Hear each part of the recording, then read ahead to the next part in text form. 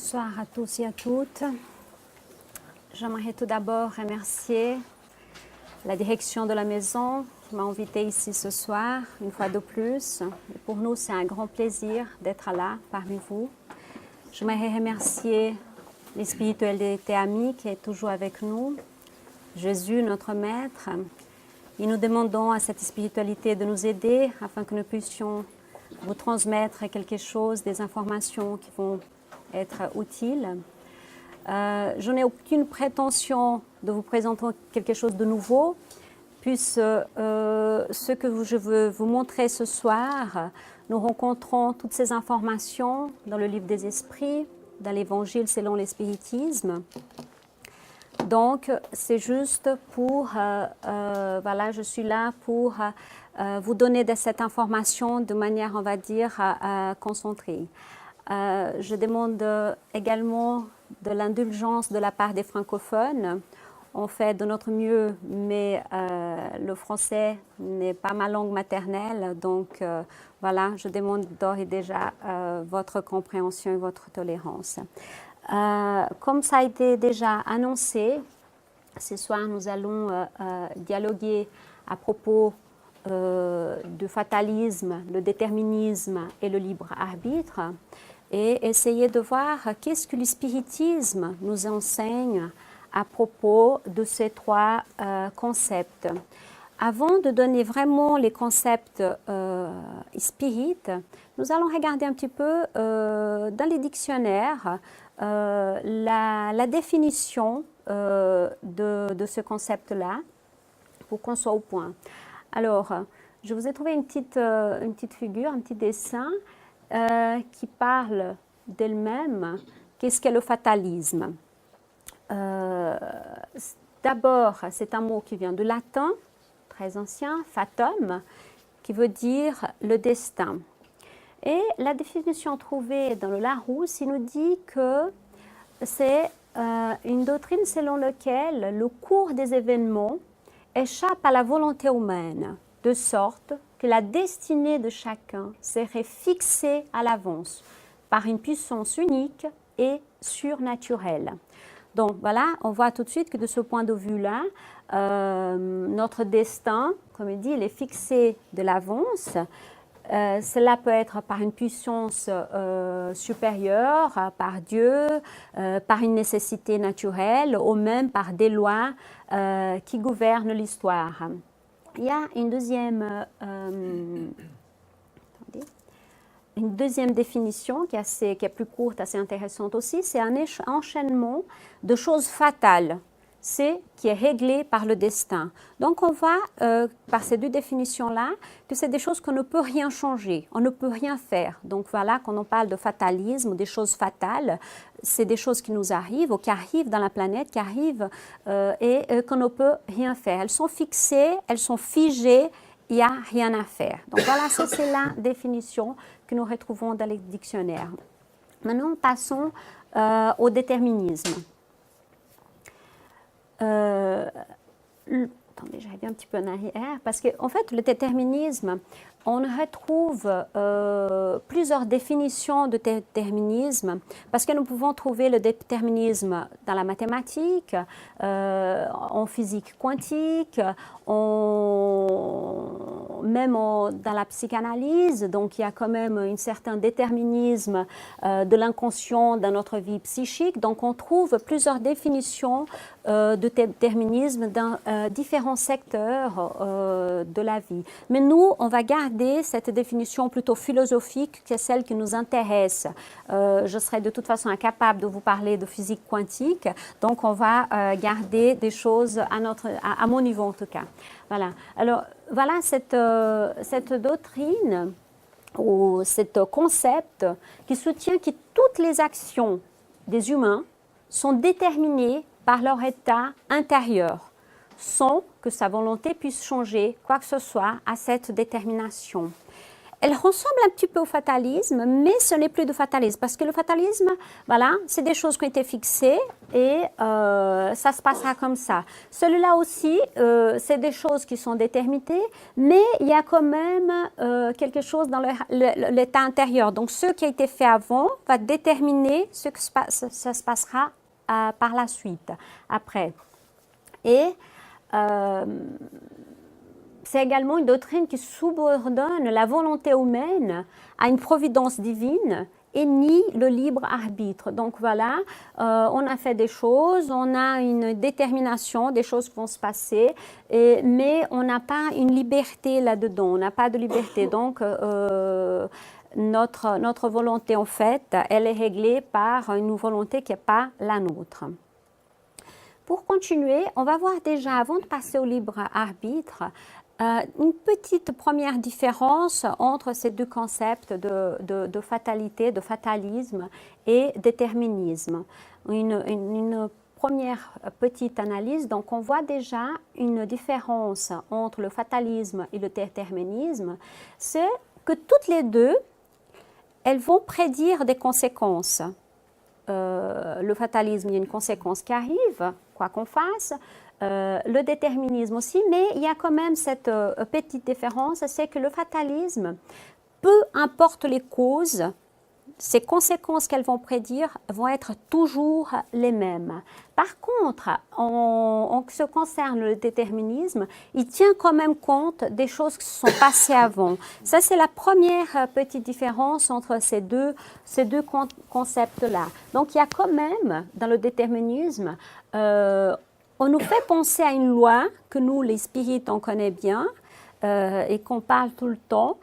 Ça nous fait penser déjà à la loi de cause et effet. Ça nous dit, voilà, il y a quelque chose qui s'est passé dans le passé et qui va être tenu compte pour les choses qui vont se passer, qui se passent aujourd'hui ou qui vont se passer dans l'avenir.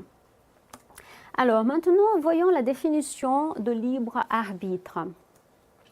Le libre arbitre, c'est la faculté qu'a l'être humain de se déterminer librement et par lui seul, à agir et à penser. Donc, tout à fait en opposition avec le fatalisme et aussi avec le déterminisme. Ça, c'est la définition que nous retrouvons et qui est quand même ce que les esprits nous apprennent sous le libre arbitre, qui est cette faculté de penser et d'agir librement. Moi, j'aime beaucoup le livre des esprits parce que, comme Divaldo nous a toujours dit, Allan Kardec n'a pas oublié de poser une seule question sur un seul sujet. Tout ce qu'on veut savoir, qu'on a un doute, Allan Kardec, il a posé la question et elle se trouve dans le livre des esprits, sur tous les sujets de la vie qui nous intéressent et de l'au-delà également. Donc, dans la question 843 du livre des esprits, Allan Kardec il demande aux esprits de confirmer cette théorie de libre arbitre. Il demande, la question 843 justement, il dit « L'homme a-t-il le libre arbitre de ses actes ?»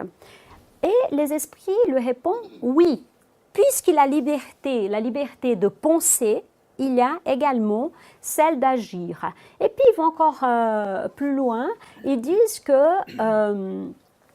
sans le libre arbitre, on serait des machines. On serait comme des machines, voilà, comme des robots qui agiraient selon d'autres volontés que la nôtre. Donc, comme nous ne sommes pas des machines, nous sommes des esprits, nous avons cette liberté de penser et également celle d'agir. Et pour aller un petit peu plus loin dans ce concept de liberté, de libre arbitre, à partir de cette réponse-là que les esprits nous ont donnée, on peut déduire, puisqu'il est clair que nous avons cette liberté-là, nous pouvons déduire que tous les événements qui se passent dans notre vie, tout ce qui arrive aujourd'hui dans notre vie, ne se produisent pas en dehors d'une volonté, puisque nous avons la liberté d'agir, puisque nous avons ce libre arbitre, il faut qu'on mette quelque chose en avant qui est notre volonté de faire quelque chose, de ne pas faire quelque chose. Donc, il n'y a rien qui va se passer sans cette volonté et ce libre choix. Et ce libre choix, il peut être de deux manières. Il peut être guidé, mais il peut être spontané. Donc, spontané, c'est très facile. Nous avons notre liberté, nous faisons ce que nous voulons, mais il peut être également guidé. Donc, gardons ça en tête. On va regarder un petit peu plus tard qu'est-ce que les esprits veulent nous dire par une liberté guidée. Et tout cela confirme également une autre vérité pour aller sauter vers le fatalisme. Si on considère que le libre arbitre fait partie des lois divines, comme également les lois de cause et effet, on voit que le fatalisme, en fait, la fatalité telle qu'elle est là, des choses qu'on ne peut pas changer, elle n'existe pas. Donc pour le spiritisme, la fatalité, quelque chose qui est fatal dans ce sens-là, elle n'existe pas. Alors, la seule chose qui peut exister comme fatale, c'est que la fatalité, elle existe seulement par les choix que nous avons faits de subir une telle ou telle épreuve. Donc voilà, quand nous sommes dans le monde spirituel, nous programmons notre réincarnation sur Terre, nous allons faire pour nous comme une sorte de destin. Et là, il y aura une certaine fatalité, puisque nous avons choisi de faire quelque chose, de subir certaines épreuves. En arrivant ici, voilà, c'est normal qu'on passe par ces épreuves-là, puisque c'était un choix, pas d'aujourd'hui, mais un choix dans notre passé. Donc voilà, là, on peut parler d'une certaine fatalité, parce que c'est fatal qu'arrive quelque chose que nous avons vraiment fait avant. Mais après, on peut se demander, est-ce que ce destin-là que nous avons choisi, que nous avons élaboré dans le monde spirituel, est-ce que ça c'est immuable? Est-ce qu'en arrivant ici, je ne peux pas changer d'avis? Je dis, oh, je ne veux plus. C'est vrai que j'ai décidé de faire ceci, cela, mais en arrivant ici, c'est vrai que la Terre, elle est compliquée, il y a des choses qui se passent comme ci, comme cela, et j'ai plus envie, ou bien j'ai envie de faire davantage, j'ai envie de changer complètement. Et qu'est-ce que ce destin-là, il est immuable? Et comme, à nouveau, Alain Kardec a également pensé à poser une question qui va dans ce sens-là. Dans la question 860 du Livre des Esprits, il pose la question, il demande, l'homme, par sa volonté et par ses actes, peut-il faire que des événements qui devraient avoir lieu ne soient pas, et réciproquement, voilà, quelque chose qui devrait arriver n'arrive pas, ou quelque chose qui ne devrait pas arriver, cela arrive. Alors, les esprits, ils nous disent qu'il peut, qu'en effet, on peut changer certaines choses, mais il faut quand même que cette déviation apparente, elle rentre dans la vie qu'on a choisie. Donc, on ne peut pas complètement changer ici sur Terre des choses qui étaient élaborées dans le monde spirituel. On peut changer certaines choses, donc pour dire les choses ne sont pas figées parce qu'on est venu là. On peut prendre l'exemple d'un enfant qui est constitué normalement, il est intelligent, nous, bons parents que nous sommes, il arrive à l'âge de 5 ans, qu'est-ce qu'on fait? On va l'inscrire à l'école primaire pour qu'il puisse apprendre à lire, à écrire, à développer ses facultés intellectuelles. Et tous les enfants de cet âge-là, on va faire la même chose. Il y en a certains qui vont faire ses devoirs d'une manière, l'autre qui vont faire les devoirs d'une autre, d'autres qui vont se donner plus de peine, l'autre un peu moins, mais même s'ils ont les mêmes niveaux intellectuels, la manière de faire ne va pas être exactement la même. Mais s'il arrive à apprendre les choses que le maître, que le professeur le donne pendant l'année scolaire, à la fin d'année, ils vont tous réussir à passer à l'année suivante et jusqu'à arriver à un niveau supérieur. Donc voilà, on ne parle pas des exceptions, donc on donne cet exemple. La même chose, c'est ici, nous venons avec une certaine destinée, puisque nous l'avons programmé pour venir ici. Nous savons tous que la terre, c'est notre école, ce n'est pas notre vraie patrie. Notre patrie, c'est le monde spirituel. Nous avons déjà parlé de ça autrefois. Donc, en arrivant ici, on peut modeler un petit peu les choses à notre manière, mais dans l'ensemble, il faut quand même qu'on réussisse les épreuves que nous avons choisies. Puis après, on dit oui, on change quelques petites choses par notre volonté, mais est-ce que les esprits, ceux qui sont pas incarnés comme nous sommes tous des esprits, nous sommes là dans ce corps physique, et puis ceux qui nous accompagnent, les esprits protecteurs, ceux qui nous sont chers, les familiers qui sont déjà partis avant nous, ou ceux qui ne sont pas encore venus, qui sont là, qui sont tout le temps en train de nous aider, est-ce que eux, ils peuvent faire quelque chose pour nous? Est-ce que eux, ils peuvent changer notre destinée? Et on doit se souvenir les paroles de Jésus qu'on retrouve dans Matthieu, quand il dit « Demandez et l'on vous donnera, cherchez et vous trouverez, frappez et on vous ouvrira ». Donc voilà, on a la possibilité, quand nous passons par des épreuves, quand nous avons des problèmes, nous avons la possibilité, selon les enseignements de Jésus, de demander de l'aide. Et il nous dit que si on cherche de l'aide, si on demande de l'aide, l'aide, elle va venir. Donc les esprits, quand on a des problèmes, que ce soit de santé, psychique, psychologique, ils peuvent venir manipuler les fluides par les passes magnétiques, par les traitements spirituels, et améliorer notre état de santé. Avec l'eau fluidifiée que nous recevons ici dans le centre spirit, aussi nous pouvons recharger notre manque des fluides magnétiques. On peut, même dans certains cas, les esprits, quand cela ne déroge pas les lois divines, même amener la guérison de quelqu'un qui est malade. Nous entendons tous les jours des médecins qui disent, voilà, cette personne, c'était incurable, elle va mourir dans quelques jours, et puis finalement, la personne, elle guérit, et elle vit encore beaucoup de temps après. Parce que ce n'est pas les médecins qui décident le jour de notre départ pour le monde spirituel. Donc, on voit que les esprits peuvent nous aider, ils peuvent faire quelque chose pour nous dans notre chemin ici sur Terre. Ils peuvent. Mais ce qu'ils ne peuvent pas, c'est changer le jour de notre désincarne. Donc, si demain, c'est mon heure, c'est mon jour, les esprits, en principe, ils ne peuvent pas déroger à ces lois-là. Et j'aime bien aussi ce proverbe qu'on le trouve, c'est devenu un proverbe en fait. C'est Jean de La Fontaine qui avait dit ça dans une de ses fables. Aide-toi, le ciel t'aidera. Aujourd'hui, on l'utilise beaucoup, qui est quand même analogue à celle-là. Donc, si on veut demander de l'aide, si on veut chercher quelque chose, il faut quand même qu'on fasse de notre part. Il faut que nous, l'aide, elle est toujours quelque chose en mouvement qui attend de deux côtés. On ne peut pas simplement s'asseoir et demander l'aide, ne rien faire. Donc, c'est quelque chose qu'on doit aussi faire quelque chose pour qu'on puisse recevoir cette aide qui vient du monde meilleur.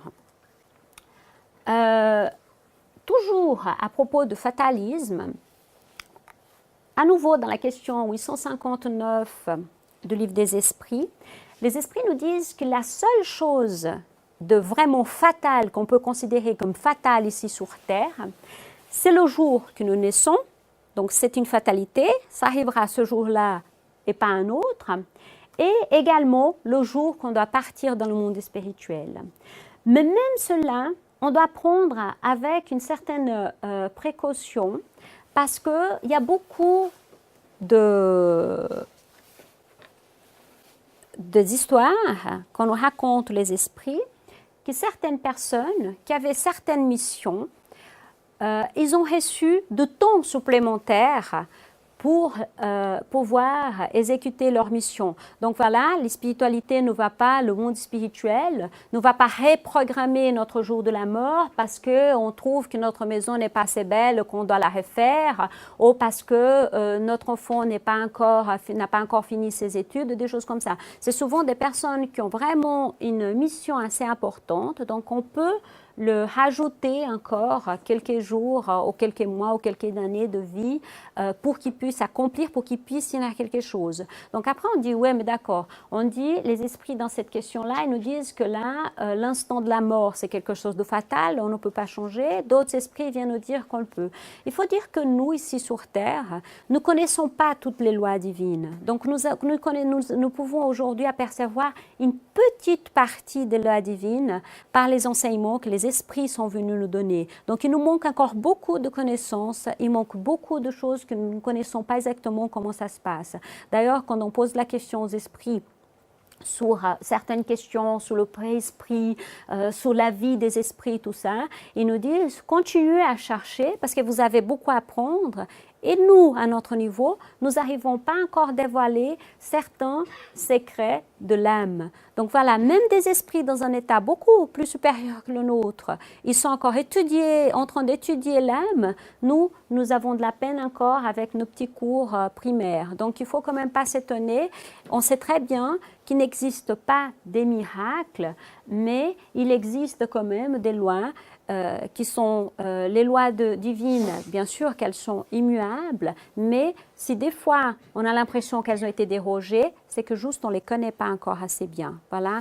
Et ça existe des cas justement que ce moment dit fatal dans cette question 859 des livres des esprits, il peut être repoussé selon les circonstances.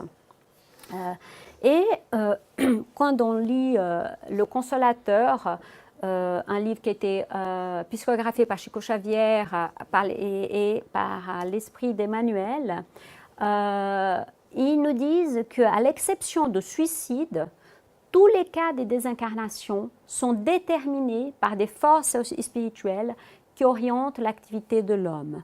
Donc voilà. Au moment où on sait très bien que pour venir sur Terre, il y a tout un processus qui se met en place, il y a toute une organisation qui se fait, et au moment de notre désincarnation aussi, on a des forces spirituelles qui vont justement orienter cette activité-là. Donc, à nouveau, j'avais mis mon point d'exclamation, merci, pour se souvenir de ce que je viens de dire justement. Il faut toujours prendre avec précaution, avec toutes ces informations que nous recevons, mais c'est vrai que le suicide n'est pas le jour. Ce jour-là n'est pas le jour que la personne elle doit partir. C'était un choix, mais ce n'est pas par la volonté de Dieu que quelqu'un se suicide ou par la volonté du monde spirituel. Donc, mis à part celui-là, mais quand on voit dans le livre Notre demeure, le cas d'André Louis, quand il est arrivé dans le monde spirituel, on l'appelait suicide. Les esprits qui étaient autour de lui le disaient suicide, suicide. Il ne comprenait pas. Il disait j'ai fait plein d'erreurs, mais je ne suis pas un suicide. Je ne me suis pas suicidé. Et en analysant tout ce qu'il a fait sur Terre, il a quand même raccourci son temps de vie avec l'alcool, avec la manière de vivre. Donc, malheureusement, c'est très rare que nous arrivons au terme de la quantité, on va dire, de vie qu'on devrait vivre sur Terre, par nos abus, pour la manière dont nous occupons de notre corps physique, par les excès. Et ce n'est pas seulement les excès physiques, ce n'est pas seulement la drogue, l'alcool, c'est nos pensées, notre manière d'agir. Il faut dire qu'à chaque fois que nous pensons quelque chose, que ce soit positif ou que ce soit négatif, toute cette pensée, elle est vivante. Mais elle passe d'abord par chacune de nos cellules. Chacune de nos cellules, elles sont nourries par nos pensées. Donc, à chaque fois que je pense à me venger de quelqu'un, je veux intoxiquer toutes mes cellules avant de donner ça à la personne qui est en face de moi. Chaque fois que j'ai de la haine, c'est exactement pareil. C'est des pensées qui sont chargées de manière négative, qui va de nouveau passer dans chacune de mes cellules. Et chaque fois que je suis en train de donner ce genre d'aliments, de nutrition négative à mes cellules, c'est sûr qu'on va raccourcir son temps de vie. C'est sûr qu'on va avoir des maladies parce que nous traitons notre corps de cette manière-là. Par contre, à chaque fois que j'ai des bonnes pensées, à chaque fois que j'aide mon prochain, à chaque fois qu'au lieu de répondre mal à quelqu'un, je le fais un sourire, que j'envoie des belles pensées, à chaque fois que j'ai un acte d'amour, je suis également en train de nourrir chacune de mes cellules de manière positive et en lui donnant la santé. Et ça, c'est prouvé scientifiquement. De nos jours, il y a beaucoup de médecins qui font déjà des recherches dans ce sens-là, par rapport à la prière des patients qui font partie des groupes de prière et qui se sentent beaucoup mieux, qui vont beaucoup mieux que ceux qui ne font pas partie de ce genre d'aide, des prières, ou des méditations, de bien-être. Donc, ceux qui cherchent moins son bien-être ont plus de difficultés à guérir de certaines maladies. C'est justement qui vient prouver ce qu'on vient de dire, c'est parce que nous sommes en train de nourrir ces cellules-là que nous avons dans notre corps par des bonnes ou des mauvaises choses. Maintenant, donc, après cela, on peut conclure à quelque chose, c'est que tout ce qui nous arrive ici sur Terre, tout ce que ce soit notre position sociale, que ce soit les missions, quand on parle de mission, on pense tout de suite à Divaldo, à Mère Thérèse de Calcutta. Nous avons tous des missions. En venant ici, nous avons tous des missions. Nous n'avons pas tous les missions de mener une ville, un État, mais nous avons des petites missions. Notre mission, peut-être, c'est simplement aider un frère qui a un peu moins de connaissances que nous. Peut-être notre mission, c'est élever un enfant. Notre mission, c'est peut-être d'être ici membre de ce centre, de l'aider pour qu'il puisse exister. Donc, souvent, quand on parle d'émission, je veux aider 200 enfants en Afrique, sinon je ne fais rien. C'est mieux d'aider un seul, commencer par un seul, et puis attendre la centaine pour un peu plus tard. Donc, on peut avoir des petites missions parce que de l'autre côté, avant de venir ici, nous avons choisi certaines missions. Le corps physique que nous avons ici, c'est également notre choix. Alors, on va dire, ouais, mais moi, je n'ai pas choisi un corps qui manque un bras, ou bien un corps qui ne va pas très bien parce que j'ai cette maladie ou celle-là. Mais, en plus des choix, il faut dire aussi qu'il y a le résultat de ce que nous avons fait dans le passé. Donc, on avait regardé avec l'étude du père-esprit. Le père-esprit, en fait, c'est comme un moule. Et notre corps, il va mouler par rapport à notre père-esprit. Et tout ce que nous faisons est enregistré dans notre père-esprit. Donc, si d'un coup, j'abîme mon père-esprit par mes actes du passé, on va revenir au cas de celui qui commet le suicide, je tire une balle dans ma tête, j'ai abîmé mon corps physique. Ça, c'est un fait, mais j'ai également abîmé mon corps spirituel.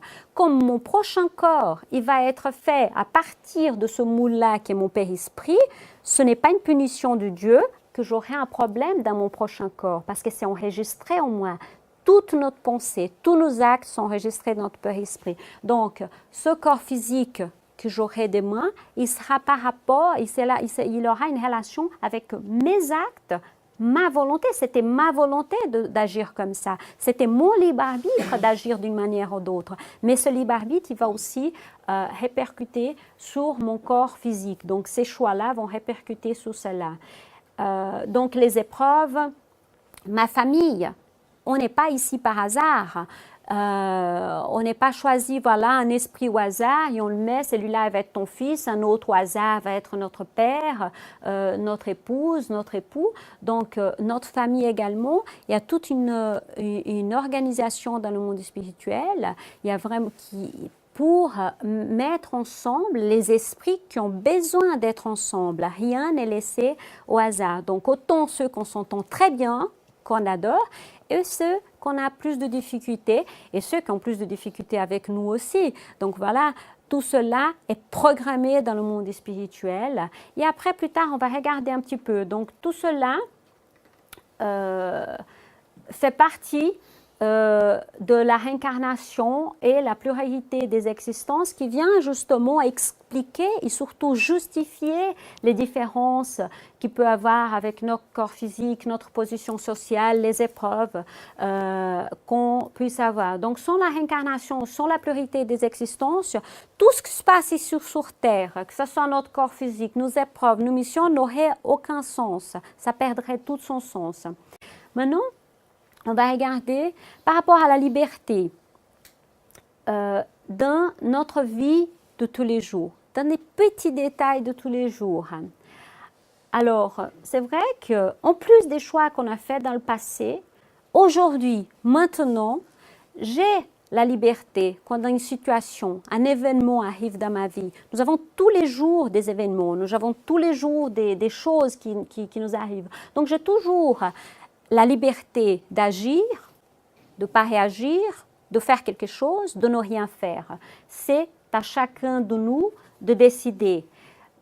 Par rapport à nos mauvaises tendances, nous sommes des esprits encore imparfaits. Nous sommes dans un monde de preuve et expiation. Nous sommes encore dans un état évolutif inférieur par rapport à ce que nous pouvons encore être dans un avenir. Donc, on peut céder à ces mauvaises inclinations que nous avons, nos mauvaises tendances. On peut ne pas céder aussi. On peut dire aujourd'hui, je ne veux pas le faire. Je n'ai pas de patience. Mais il faut que j'acquière de la patience. Mais c'est en travaillant. Si on ne pas, il ne faut pas céder. À chaque fois que quelqu'un va ou quelque chose va arriver, je vais tout de suite exploser.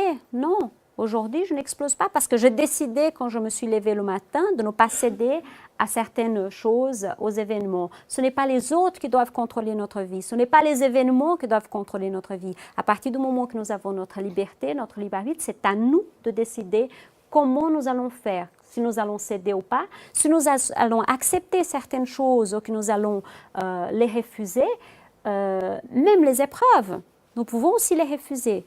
Mais plus tard, nous allons aussi avoir les conséquences. Devant un problème difficile, nous pouvons nous résigner ou nous pouvons nous révolter. Ça changera quelque chose. Si on se résigne, probablement, ce problème il va être là, mais on va le prendre avec calme, avec tranquillité. On va le sentir un peu moins. Si on se révolte, le problème sera toujours là. Notre difficulté sera toujours là. Mais si on se révolte, on rajoute une couche supplémentaire de tristesse, de malheur pour cet événement-là, pour ce problème-là. Donc, les esprits nous disent souvent que beaucoup de choses qui se passent dans notre vie aujourd'hui, elles trouvent les causes dans nos vies passées. Beaucoup de choses. Mais il y a beaucoup d'autres qui se trouvent que le résultat que nous avons aujourd'hui, c'est de nos choix d'aujourd'hui même. Souvent, nous sommes là, j'aimerais bien savoir qu'est-ce que j'ai fait dans le passé pour être dans cette situation-là. On n'a pas besoin d'aller dans le passé. Regardons notre choix d'il y a 2 ans, d'il y a 1 an en arrière, d'il y a 10 ans. À un moment donné, quand il fallait faire quelque chose de manière correctement, on a fait le mauvais choix. Et aujourd'hui, je me retrouve dans cette situation-là. C'est vraiment comme l'enfant qu'on dit, il faut étudier, il faut travailler pour qu'il ait des bonnes notes. Il ne travaille pas et puis il a une mauvaise note. Ça nous arrive tous les jours comme ça. Par rapport à notre travail, par rapport à notre vie amoureuse, par rapport à plein de choses. Il y a beaucoup de choses qui nous arrivent aujourd'hui qu'on n'a pas besoin d'aller chercher dans notre vie passée. On peut retrouver la réponse dans cette vie même. Donc, avec la connaissance de nous-mêmes, on va mieux savoir qu'est-ce qui se passe aujourd'hui pour éviter que ça se passe de nouveau dans l'avenir. Maintenant, qui dit liberté, dit responsabilité. C'est comme à nos enfants, ils grandissent, plus ils veulent de la liberté, mais plus on exige d'eux de la responsabilité aussi. Donc à partir du moment qu'on les laisse aller tout seuls à l'école, qu'on commence à les libérer, on veut aussi qu'ils soient plus responsables. Dieu fait la même chose avec nous. Il nous donne la liberté, mais il faut qu'on soit également responsable. Et là, on revient justement à cette loi de cause-effet, tout ça qu'on a parlé jusqu'à maintenant. Voilà, on peut choisir, on est libre de choisir, mais en choisissant, on sait qu'il y aura quelque chose de retour et ce n'est pas la fatalité, c'est une loi divine qui fait cela. Et selon les choix que nous faisons, que ce soit dans le passé, que nous avons fait dans le passé, ou les choix que nous faisons aujourd'hui, cela peut nous amener, peut nous conduire à la résignation, au progrès, à l'amélioration, à une meilleure santé physique, spirituelle, à l'amour. Mais selon les choix que nous faisons aujourd'hui, on peut arriver au suicide, à la vengeance, au crime, aux addictions. Donc voilà, c'est toute une question de choix. De quel côté je veux l'être? En choisissant ceci, je peux rester du côté droit de ce tableau. Si je choisis le mauvais chemin, je vais arriver de ce côté-là. Donc, à chacun de nous de savoir où on veut, où sont nos objectifs, parce que de la liberté veut dire de la responsabilité. Alors, après, on dit d'accord, tout ça, mais nous, autant que spirit, nous savons qu'il y a aussi les influences des esprits. Il y a mon choix, il y a ma volonté, mais les esprits, nous avaient déjà dit dans cette question 459 du livre des esprits, est-ce que les esprits peuvent influer sur nos pensées et sur nos actions? Donc, est-ce qu'ils peuvent avoir une influence? Et les esprits répondent, plus que vous pensez. Elle est encore plus grande. Donc, on a une influence des esprits qui sont dans le monde spirituel. Qu'en réalité, ils ne sont pas dans le monde spirituel. Hein. Ils sont là avec nous maintenant. Ils sont à côté de nous quand nous sommes dans notre maison, quand nous sommes au travail, quand nous sommes en train de conduire. Donc, on est entouré des esprits tout le temps. Si la planète Terre, on a l'impression qu'elle est pleine, alors on va avoir une grande surprise en arrivant dans le monde spirituel parce qu'il y a beaucoup plus d'esprits dans le monde spirituel que dans la planète Terre. Donc, les esprits nous disent que bien sûr, ils peuvent nous influencer. Les bons esprits vont essayer de nous donner des bons conseils, de nous inspirer par notre pensée. Quand nous avons dit tout à l'heure que tout ce que nous pouvons demander que l'aide, elle va venir, l'aide, elle consiste en ça. Quand je fais ma petite prière, je n'ai pas besoin de me mettre à genoux, je n'ai pas besoin de rituel. Quand je fais mon chemin pour aller au travail, quand je suis dans ma cuisine en train de faire à manger, à chaque fois que je me connecte avec des bonnes pensées, à chaque fois que je remercie pour mon jour, à chaque fois que je fais une demande, en demandant que notre journée soit une belle journée, on est déjà en contact avec le monde spirituel. Eux, on a la réponse tout de suite parce que nous ressentons leur aide, nous ressentons leur présence à côté de nous. Et ces esprits-là, ils peuvent nous aider. Par contre, il y a les autres aussi. Chaque fois que je laisse mon niveau vibratoire tomber un petit peu, chaque fois que je laisse les mauvaises pensées, les mauvaises attitudes en moi, il y a aussi ceux qui peuvent nous effrayer, nous décourager, qui vont nous laisser inquiets. Mais les esprits nous disent, d'accord, oui, ils peuvent nous influencer, mais nous restons toujours maîtres de notre volonté. Donc, c'est à nous qui revient toujours la dernière décision. Donc, c'est à nous le dernier mot. Donc, ce n'est pas les esprits qui peuvent nous influencer, mais c'est nous qui allons prendre la décision de ce que nous voulons faire, de comment nous voulons agir, de comment nous voulons penser. Et donc, ça fait qu'on revient au tableau intérieur, c'est de notre responsabilité. On peut avoir ces influences-là, mais la responsabilité, elle reste la nôtre. Juste un petit instant. Donc, le spiritisme, il va admettre chez l'homme le libre arbitre, et c'est toujours à nous de dire non à tout ce qui est négatif, à tout ce qui nous dérange, à tout ce qui enlève notre santé, et accepter les conseils des bons esprits. Donc voilà, ça reste toujours à nous. Mais maintenant, pour revenir au libre arbitre, là je suis allée chercher un petit peu plus loin, sorti un petit peu du livre des esprits.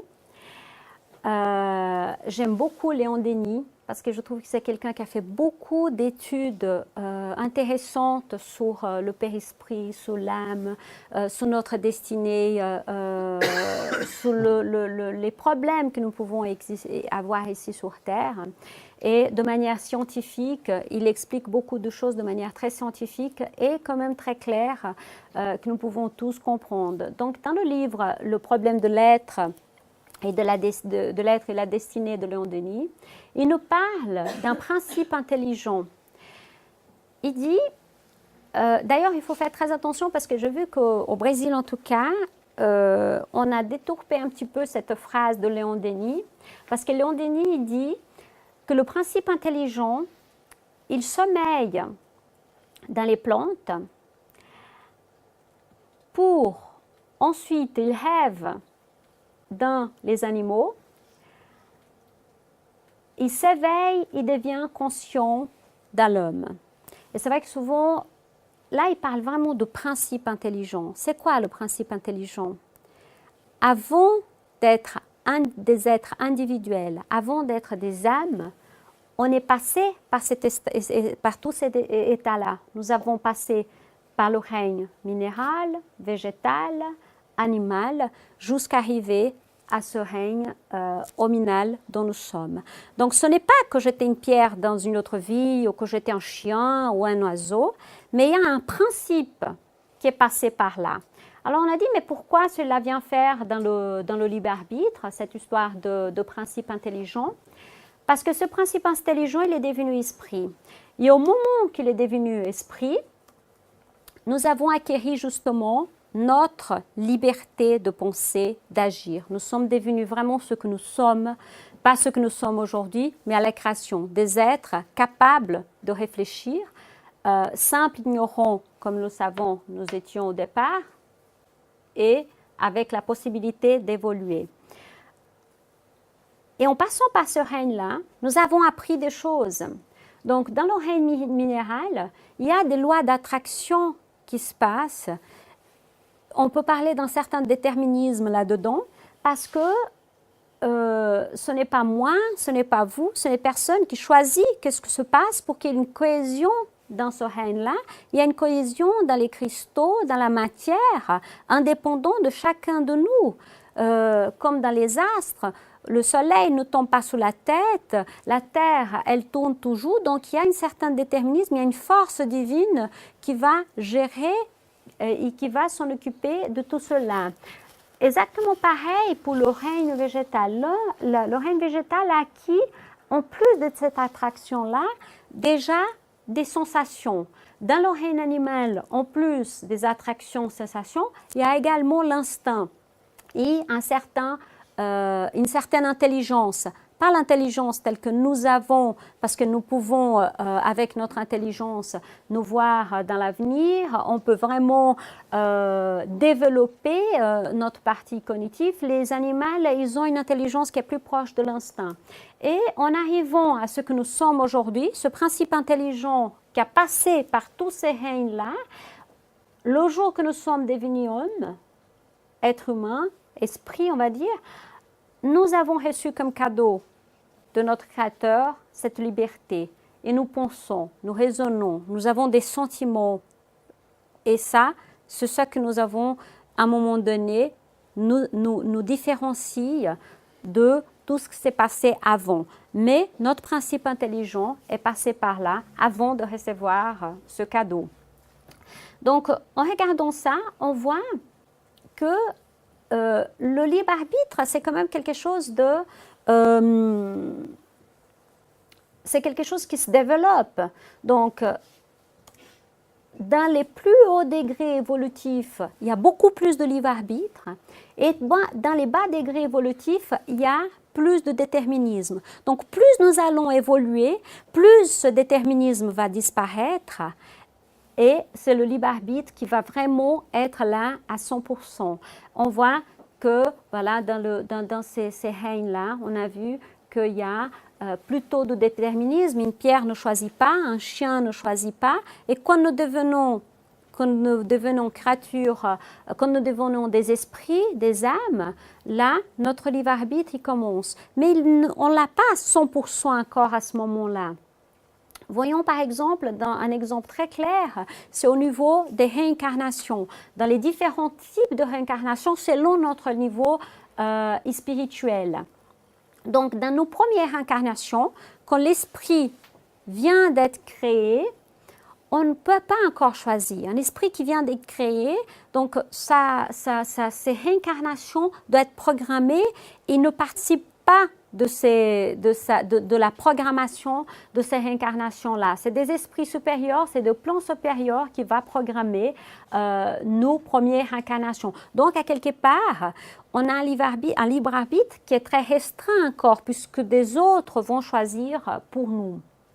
À fur et à mesure qu'on évolue, nos réincarnations, elles vont être un lien très grand avec les causes et effets.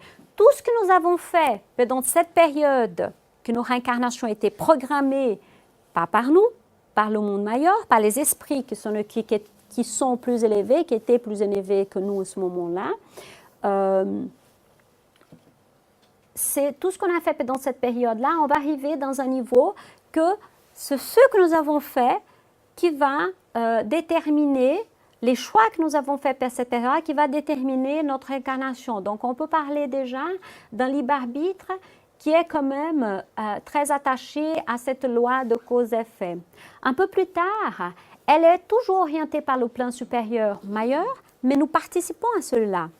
Nous sommes là, à côté des ingénieurs, des architectes du monde spirituel, au moment de programmer notre corps, au moment de programmer qu'est-ce qui va se passer ici sur Terre, où je dois aller, où je dois naître, ma famille, qu'est-ce qui est bon pour moi. Et là, on a le choix de dire non, j'ai fait ça dans le passé, maintenant je veux cette épreuve-là, parce que je sais que cette épreuve va m'aider parce que je suis encore trop orgueilleux, ou parce que j'ai beaucoup de vanité, donc donnez-moi, moi je veux programmer un corps avec moins de beauté, parce que je peux de nouveau succomber à ma vanité. Donc à ce moment-là, on est vraiment, on a les outils déjà pour mieux utiliser notre liberté, notre libre arbitre. Ça, c'est dans la réincarnation. Et les esprits supérieurs, ils ont la liberté totale. Là, vraiment, quand le libre arbitre, il atteint son niveau majeur, qui est de dire, voilà, j'ai choisi ma mission, c'est moi qui fais toute la programmation, parce qu'il n'a plus de loi il y a toujours la loi de cause à effet, mais il ne fera pas de mauvaises choses. Donc, il n'y a rien de mauvais qui va le rattraper. Il peut venir dans des planètes comme la Terre en mission pour l'aider. Il peut aller dans des planètes supérieures à la Terre et il a la liberté totale de choix. Mais quand nous sommes encore au début de nos incarnations, donc nous avons de l'aide, tel l'enfant qu'au début de son scolarité, il a besoin de l'aide, il a besoin de quelqu'un pour lui guider, pour l'aider.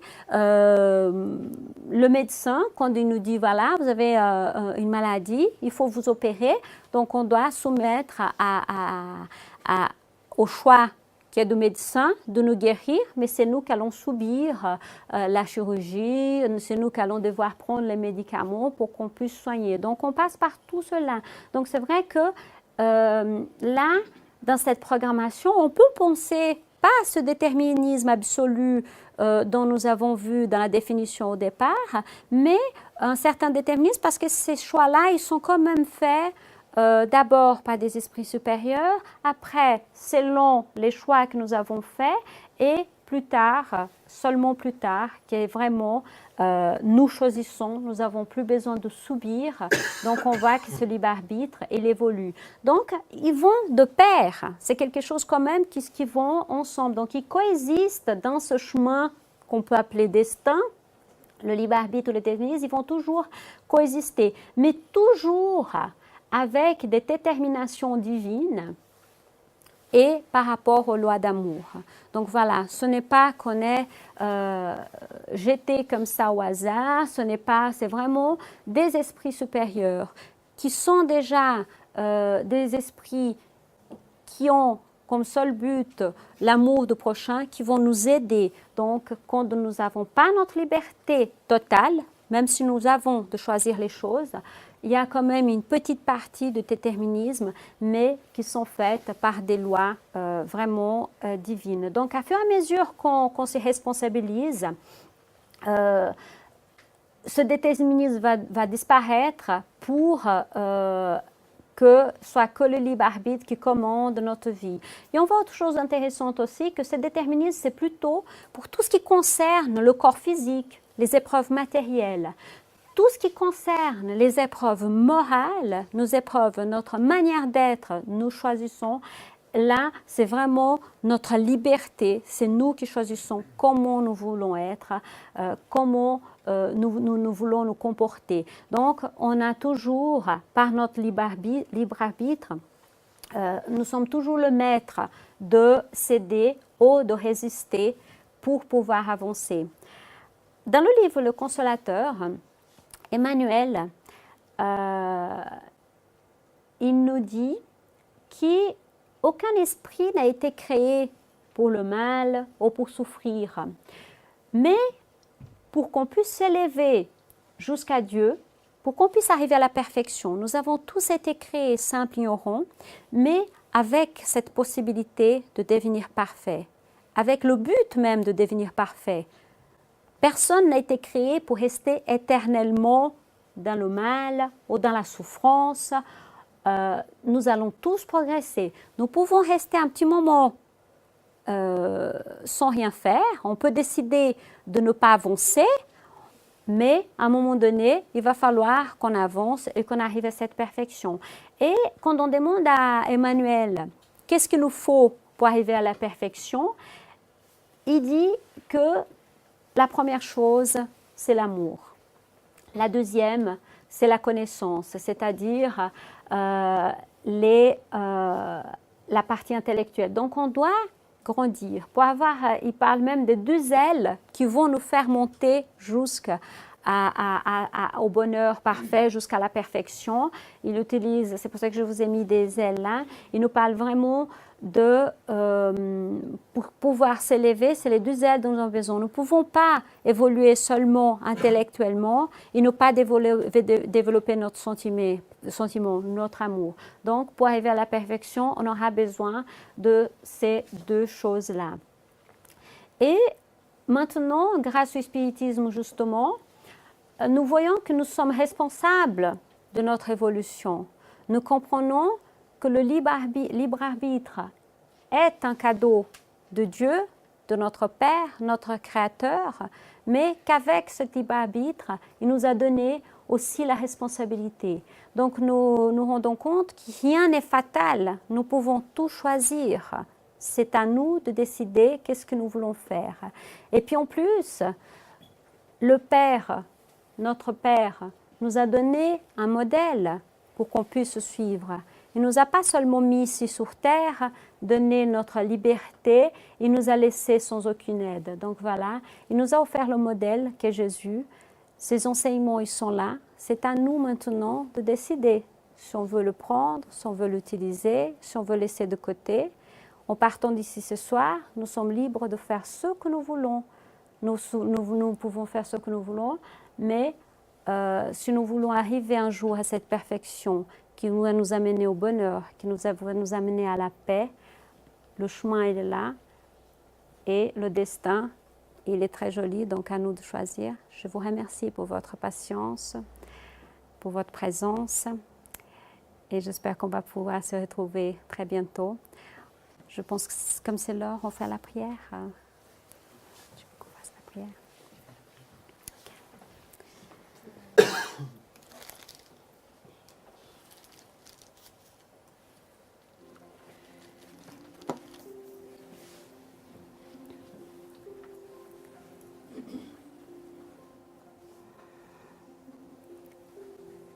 Jésus, notre ami, nous te remercions. Nous remercions ta présence ici ce soir avec nous. Nous remercions ta venue sur terre. Et si nous sommes là ce soir réunis en ton nom, C'est parce que nous croyons dans tes paroles, quand tu nous as dit il y a 2000 ans, que là, où il serait réuni 2 ou plus personnes dans ton nom, je serai parmi elles. C'est parce que nous croyons dans tes paroles, Seigneur, que nous sommes ici afin d'apprendre un petit peu plus de tes enseignements. Mais nous te demandons de l'aide afin que nous puissions, Seigneur, comprendre tes enseignements, mais que nous puissions surtout les mettre en pratique. Aide-nous, Seigneur, afin que nous puissions être aujourd'hui meilleurs qu'hier et demain encore meilleurs qu'aujourd'hui. Aide-nous, Seigneur, afin que nous puissions être responsables, que nous puissions utiliser la liberté que notre Créateur nous a donnée pour être meilleurs, pour aimer notre prochain, pour pardonner ceux qui nous offensent, pour nous pardonner à nous-mêmes. Et nous aimerions remercier également les spiritualités amies qui est toujours là parmi nous, qui nous soutient, qui nous aide. Remercier les membres de cette maison qui sont là dans la recherche de tes enseignements, qui veulent cette transformation intérieure, morale, qui veulent également la transformation de notre planète. Et nous profitons de ces instants où nos pensées sont réunies à ton nom afin de demander la paix pour notre terre, pour notre école. Et que cette paix, Seigneur, puisse être dans chacun de nous. Et en recevant ces fluides d'amour, de santé, de monde spirituel, que nous puissions conserver avec nous pendant toute la semaine, que nous puissions les partager avec notre famille, nos collègues de travail, avec les personnes que nous croisons dans la rue. Et avec cette prière, Seigneur, nous aimerions te demander la permission de clore cette réunion, ces études, avec la certitude que tu seras toujours avec nous. Ainsi soit-il.